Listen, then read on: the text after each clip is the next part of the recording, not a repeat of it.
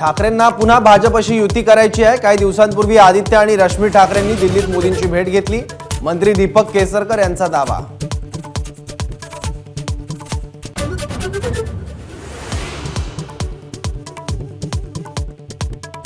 कलम 370 ला विरोध करणाऱ्यांसोबत सरकार स्थापन केल्याबद्दल उद्धव ठाकरेंना लाज वाटली पाहिजे। संभाजीनगरमध्ये अमित शहांची जळजळीत टीका।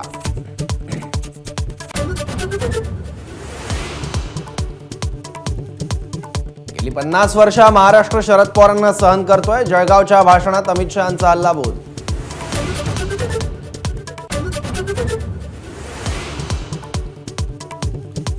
महायुतीच्या जागा वाटपावर 7 मार्चला शिक्कामोर्तब होणार।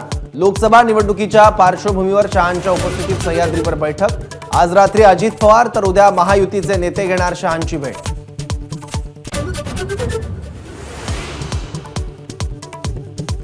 मवियाच्या कोल्हापूरच्या जागेचा तिढा जवळपास सुटला। शाहू महाराजांना उमेदवारी देण्यावर मवियात जवळपास एकमत।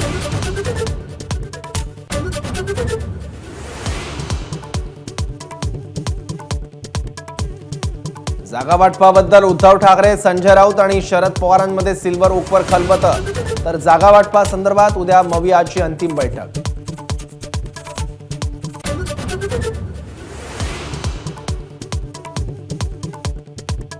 लोकसभा निवडणुकीच्या पार्श्वभूमीवर मुंबईत अजित पवार गटाची बैठक। ईशान्य मुंबई, दिंडोरी, धाराशिवच्या जागेसाठी अजित पवार गटाचे कार्यकर्ते आग्रही।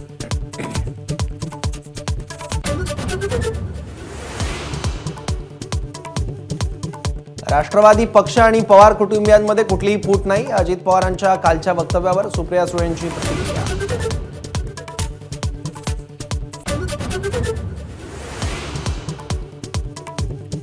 ठाकरे गटाचे माजी खासदार अनिल देसाईंची आर्थिक गुन्हे शाखेकडून 7 तास चौकशी। निवडणूक आयोगानं निर्णय दिल्यावर ठाकरे गटानं बँक खात्यातून 50 कोटी रुपये काढल्याचा शिंदे गटाचा आरोप।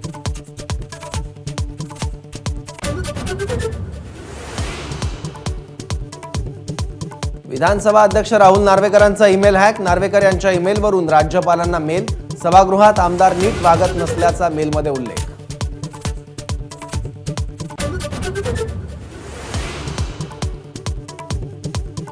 मालेगावात 12 वर्षांच्या चिमुकल्याने बिबट्याला खोलीत कोंडलं। घटनेचं सीसीटीव्ही समोर।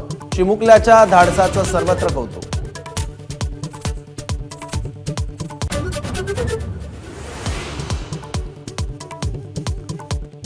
नक्षलवाद प्रकरणी जीएन साईबाबा निर्दोष। नागपूर खंडपीठाचा निर्णय। दोषमुक्तीला राज्य सरकारचं सुप्रीम कोर्टात आव्हान।